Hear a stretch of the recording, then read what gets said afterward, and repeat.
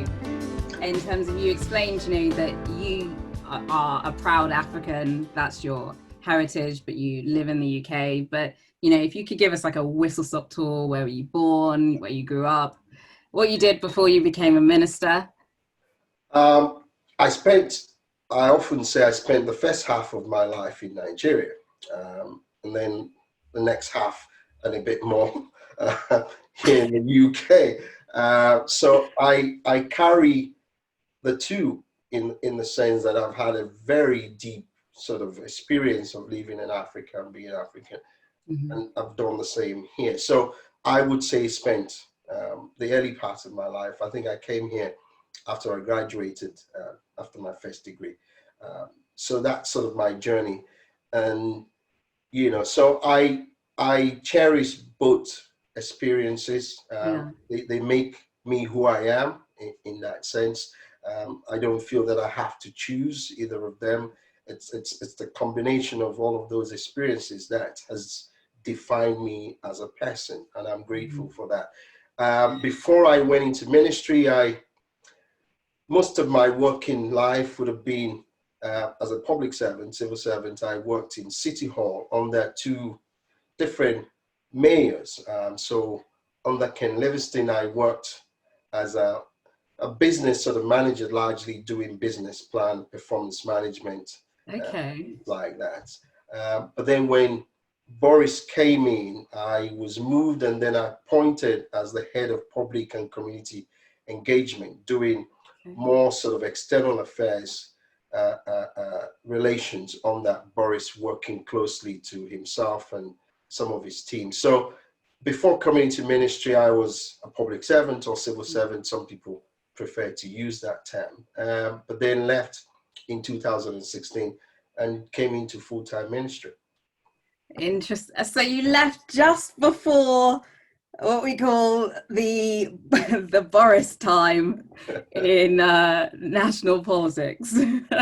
Yes, largely because I knew it was time to leave. It wasn't necessarily because Boris was leaving and Sadiq was coming in. It wasn't anything to do with the politics, because, like I said, I've worked under a Labour mayor and then, of course, under a Tory mayor. So it was, I had known a few years before I left that I was going to leave and I was going into ministry.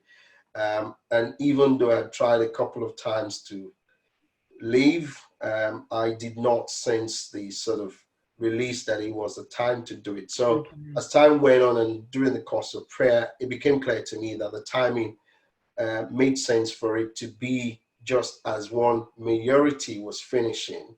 It seemed the perfect time to sort of move on. So, enjoyed my time there.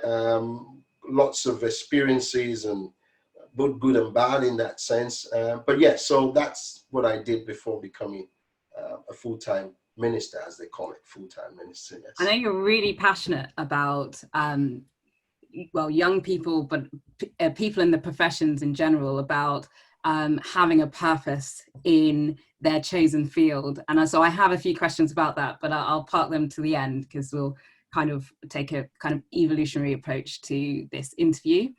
But I wondered, again, just like on a personal level, what would you say you love most about being a Black male?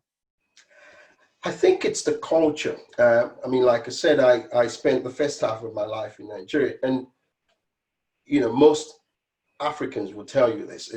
It's got very rich culture. I can't tell you how many times my dad told us stories after stories after stories of wonderful things. I mean, if you've ever read any of Chinua Achebe's books, you get a glimpse of the rich culture. And Chinua Achebe happens to come from the same part of Nigeria that I come from. So name dropping. Don't do this. No. Just Boris. Trying to give some perspective to what I'm talking about when I talk about culture. So I think it's the culture, and that's not just unique to Nigeria or the Igbos within the sort of Nigerian context. It's across Africa. You look to the east of Africa, you look to the west, to the south, even North Africa, where predominantly you've got the Arabs have their own very rich culture. So I think for me as a black man, it's the culture. It's so rich, a lot of meaning.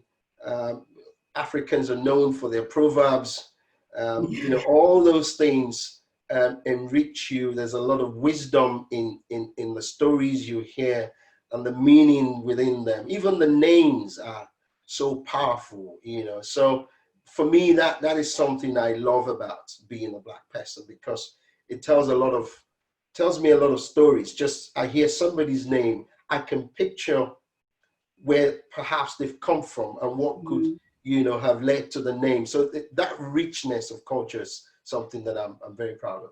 You're right about the proverbs. I had one recently. They were talking about someone being a strange man, and I can't do accents, so I'm not going to try. But it was something like, he's a strange man. It's like seeing two coconuts on a mango tree. You just of all the ways to express the strangeness, but you get it, and that's the beauty of it. You absolutely get it. I remember something, because I did a bit of drama when I was in secondary school, and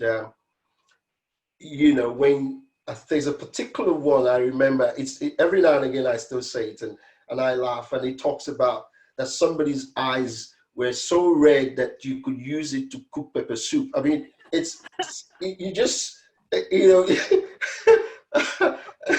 when you listen to some of the proverbs, you just you can't stop laughing. It's difficult to translate that to English and retain the meaning of what you're saying. So that for me just really we grew up every now and again going to our hometown, even though we lived in Lagos, which was the capital of Nigeria for a long time.